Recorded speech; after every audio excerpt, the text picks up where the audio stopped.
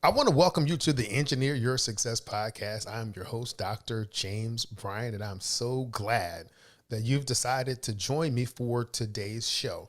This podcast provides tools, tips, and techniques to help you achieve success, both in business and in life.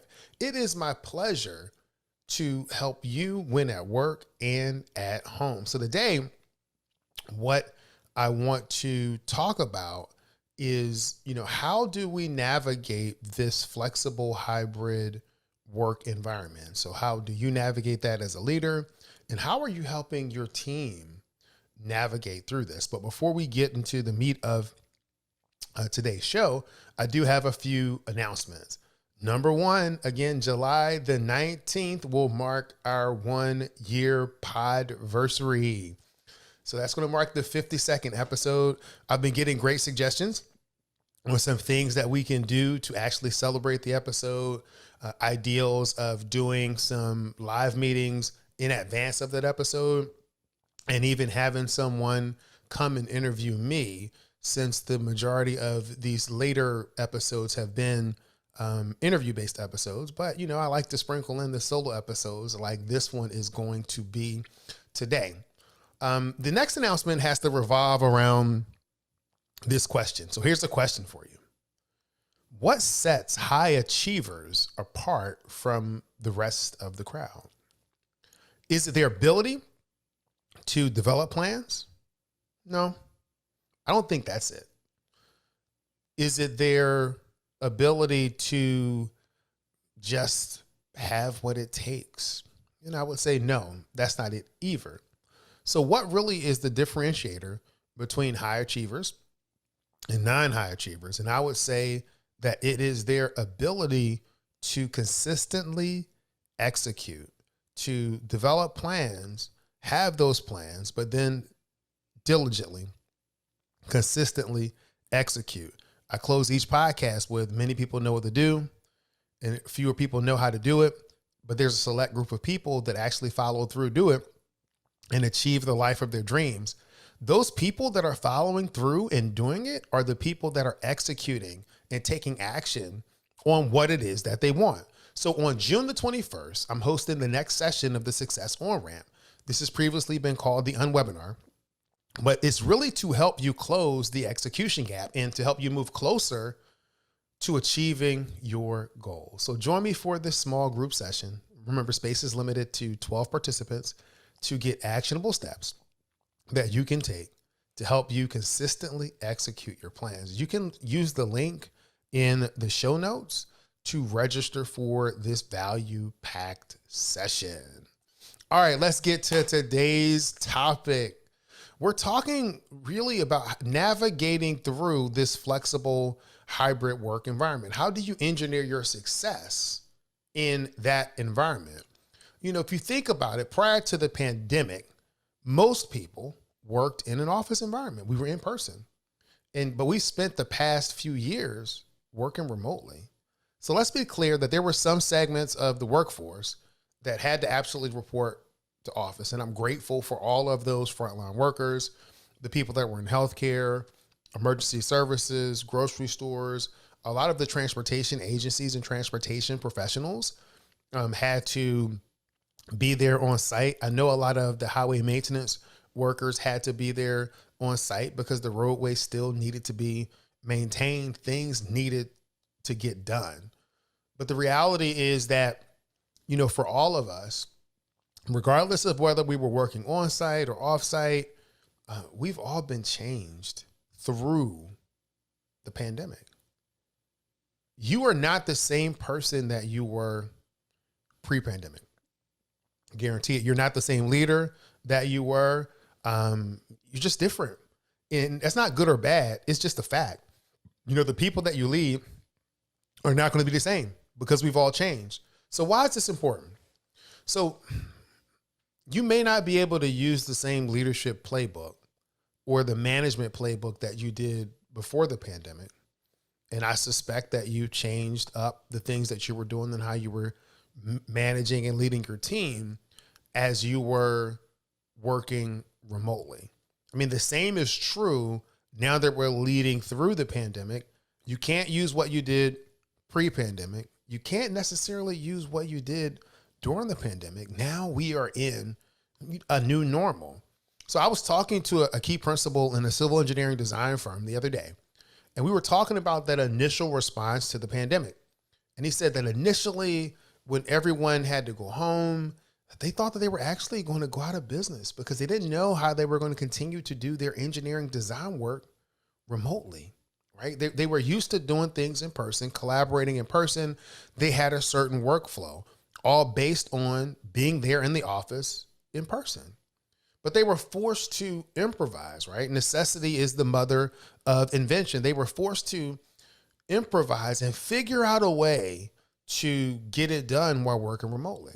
And it's pretty cool, as I'm going to get him to actually come on the show and do an interview, but it's pretty cool because, what he basically says is that, once they kind of leaned into working remotely, and this is what it was going to be, that they start chumming, they start really churning out designs. They start working very well remotely. And when they begin to look at their profit numbers, that their profit for last year was greater than the profit that they had the last year they were fully in person. And so they learned to adapt, and they settled into what it looks like to, work remotely. Now, all right, people are starting to come back into the office. Organizations are starting to come back into the office. And so what's emerging now is this, what I would call a flexible hybrid workplace. That's what's emerging.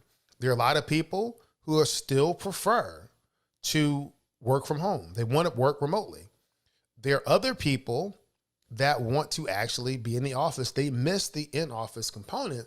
So it isn't like you have a majority in a sense. This is a lot of times this is 50-50, a split. It's splitting teams, it's splitting organizations. And so, but you're going to have that segment.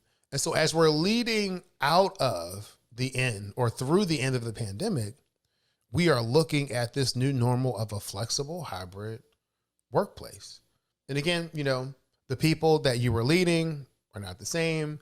You're not the same. This is not a bad thing. It just is. And I think it's good to have a certain level of awareness of this. So here's an example. I'm going to use a fictitious person. Let's say his name is Jim. So prior to the pandemic, Jim routinely stayed late and was in the office. Jim took on additional assignments that he really thought was going to grow his career and continue to push him.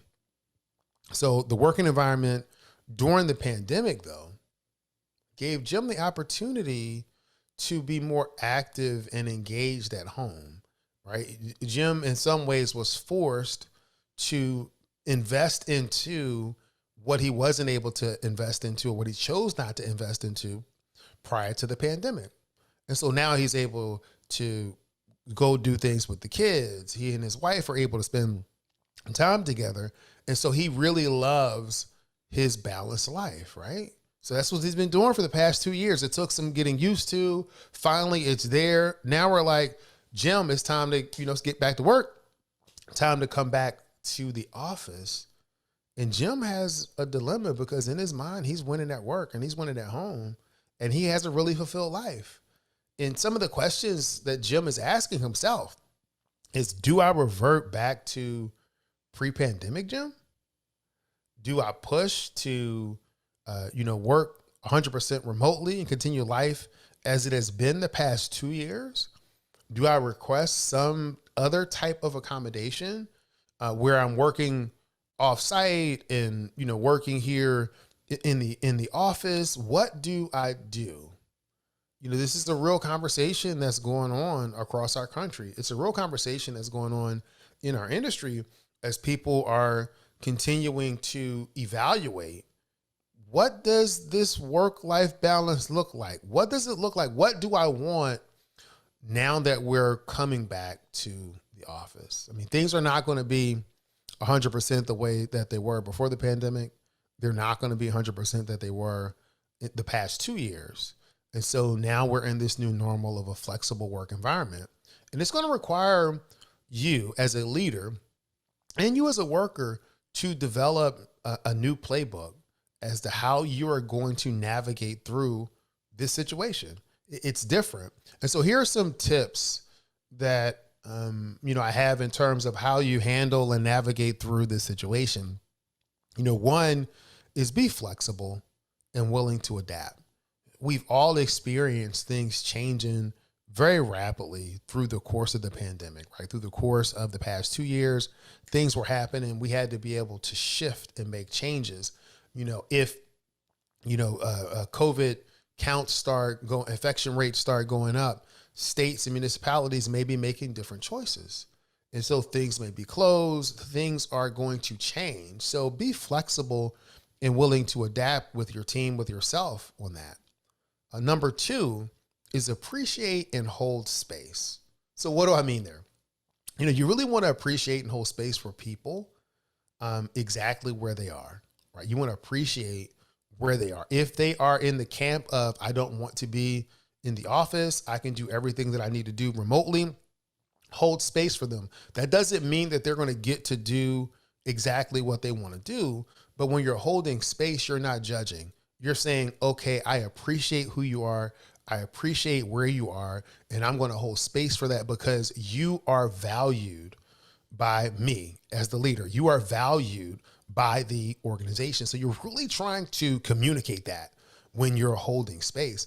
And I also would add there that you want to hold space and appreciate yourself, right? Because while if you're the leader and you have things that you're going through organizationally and then with your team, hold space for yourself as well. It is okay if you feel uneasy. It is okay if you are unsure. It's okay. Just be okay with that right now because we're still working through what this new environment is going to look like. Three is find a balance that works. And so when you look through finding a balance that works, you're looking for your organization. It has to work for your organization. It has to continue to be able to meet the mission, the need of what your organization has. I would say find balance that works for your team as well, because there's a team dynamic if you're working with a team as to how you execute work, how you get things done, how you move things through your organization. And then there's also the individual contributor, right? That the individual contributor and what they need. You're really working to find balance between all of those pieces. And the last piece is, I would say, you have to include this, but I include it as a separate part. And that is to understand what you need and what is needed, of you. And so how often do you need to be in the office for you to be effective? How often do you need to be in the office to manage your team so that they can be effective? How often do you need to hold in-person meetings? How will what will you have to reconsider now that you're in this flexible hybrid workplace? One of the things that we know that's absolutely important is communication, being able to communicate with your team, your organization, whether it's in person, remote, or hybrid. We all know the one thing that happened during the pandemic is a lot of people got virtual meeting fatigue. Some people call it Zoom fatigue, but it was just virtual meeting fatigue. We've all been in a meeting that really could have been an email. And prior to the pandemic, it may have been an email. But during the pandemic, since we don't have the person-to-person interaction all the time, we had a whole bunch of meetings. And so what happens? As you begin to have these meetings, you begin to eat into your time. And there's some estimates that there are over 130 hours spent in unnecessary meetings, and I think that's on the low end. Here's some general statistics for you. 24% of workers believe too many meetings directly lead to missed deadlines. 48% of workers feel that more efficient meetings could cut down on distracting notifications. Bing, boom, you have a meeting coming up. And here's a biggie for me, particularly as we look at having meetings within this flexible hybrid work environment. 52% of workers are actually multitasking during virtual meetings. And that's more than they were previously. And so you think about that. You're trying to hold a meeting. You want to get things done. You're trying to communicate things, but people are multitasking and they're really not focused in holding their attention on what is important. So organizations have to now grapple with, or they're grappling with, how to engage their top talent in this highly competitive landscape, how to build employee skills, how to promote the company culture within this flexible hybrid work environment. Here's another a number that popped out as I was doing some research for this episode. Did you know that it is estimated that there are over 11 million meetings are held each day in the United States? That is astronomical. It's astronomical. So when I think about this flexible hybrid work environment, and how do you structure these meetings? I thought about doing this as a separate podcast episode, but I think it's important as we flow through this. So we've talked about some tips in terms of what you can do just in navigating this general environment. But meetings are a big part of what we do in communicating with our team and navigating through this environment. I mean, you know how to structure an in-person meeting. You know how to structure a virtual meeting. But do you know how to structure a meeting in this new environment? And it's fairly simple if you have a limited number of participants, but the larger the meeting, the more complex the topic, the more thought you're going to have to give to how you actually structure the meeting. And the problem in this environment where you're going to have people in person and people virtually is not an issue with technology. Technology is not the problem. That's not the issue. When you ask someone, are there issues with a hybrid meeting? Often you'll hear the number one complaint is that participants are multitasking. There's difficulty managing the engagement in a larger group. You also have participants that are speaking over one another or kind of all at the same time. You really have to have a good moderator for that session, because if you look at, you have to moderate the discussion between the in-person attendees as well as the virtual participants. The technology issues do come up and those are unpredictable. But when you have lack of clarity on how to engage, how to involve or include others, those are all problems. And then you also have the differences in camera etiquette and the lack of processes.